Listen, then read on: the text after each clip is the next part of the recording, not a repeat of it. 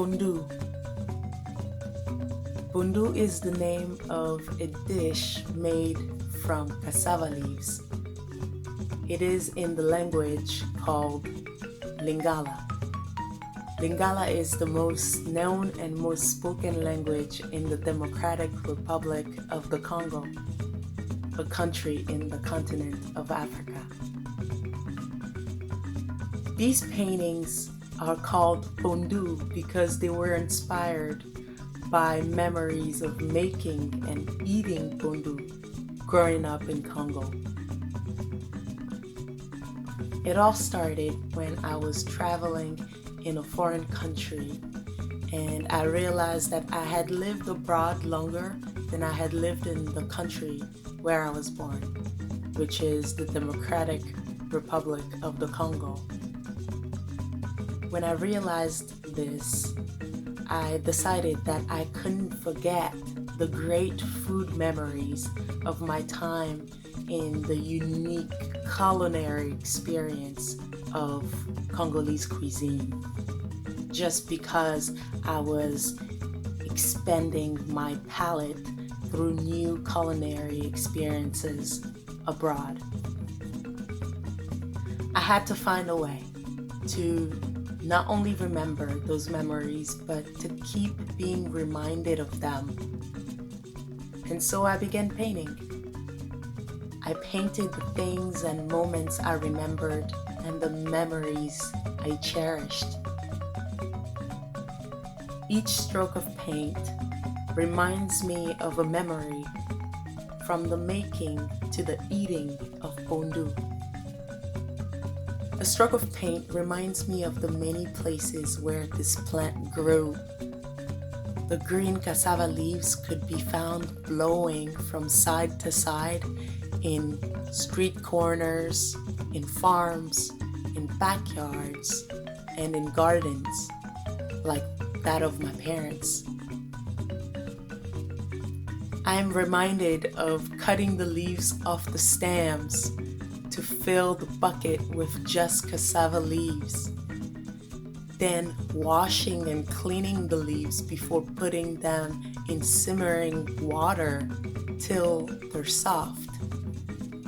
I remember being specifically told to make sure that they get soft but stay green. A stroke of paint reminds me of my favorite part of Pondu making growing up. Gotuta Pondu. Lingala meaning to pound or crush cassava leaves. This process was fun to watch and to participate in because it required the use of liboka na nzete ya liboka. Lingala for mortar and pestle. The mortar was made of wood and some were as tall and as big as my little child body. The pestle was also made of wood and was taller than me.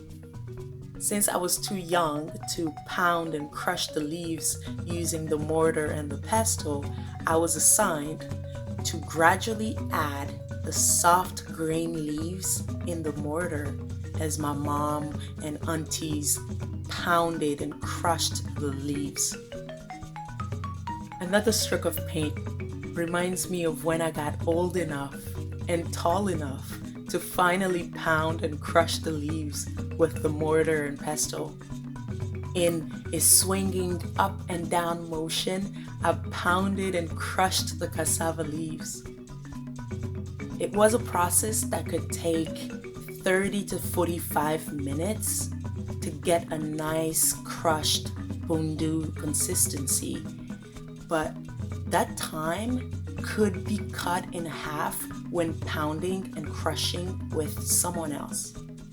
With one big mortar and two pestles, in a timed, rhythmic, swinging up and down motion, each person pounds and lifts to allow the other to pound and lift, and you repeat. And often, singing while doing it helped in keeping the rhythm. A stroke of paint reminds me of the aroma that filled the whole house when the crushed pondu leaves were being cooked with more crushed vegetables like onions and garlic and pepper and green onions and aubergines, eggplant. And this aroma sometimes lingered even long after the pondu was eaten. A stroke of paint reminds me of the different ways pondu was made, depending on traditions of the regions and or the people that had passed down recipes for generations. Another stroke of paint reminds me of eating pondu with rice and chicken and adding to it one more ingredient: sugar. Growing up, to sweeten some of the vegetables eaten with rice, I used to sprinkle some sugar on the dish, and I did the same when eating pondu with rice. A stroke of paint reminds me of the food that often accompanied pondu when having a meal, like the combination of plantains and pondu. Whether boiled or fried, plantains go well with pondu, and they were a great combination for birthday parties. The combination of kwanga, pondu, and goat meat is another that is popular, especially at weddings.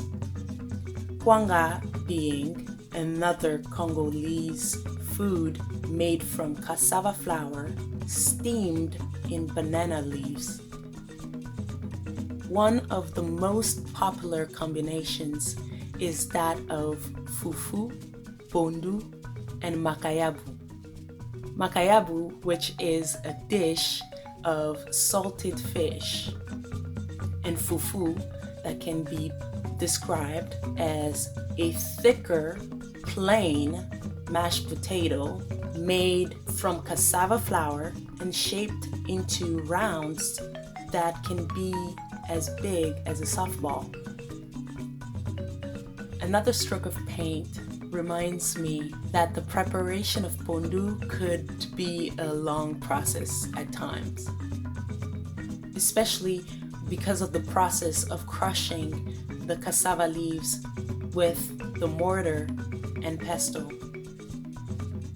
But the cooking fun and the amazing taste it brought to a meal was worth it. And the fact that you usually had leftovers for days because the batch that was made was usually big. So that made it totally worth it. Another stroke of paint reminds me that pondu had always been a popular dish to share with others in Congo. You could eat it when people came home to visit, at birthday parties, at weddings, and also I remember eating them at church picnics, especially at church picnics where I would get to try pondu made a variety of ways. The many memories I have of making and eating pondu in Congo remind me of the joys of food and of sharing food.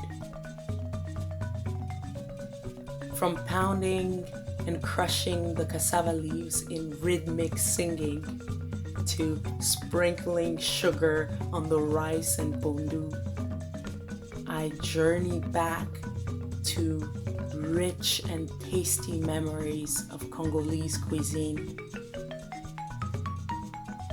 Through these Pondu paintings, I am able to remember.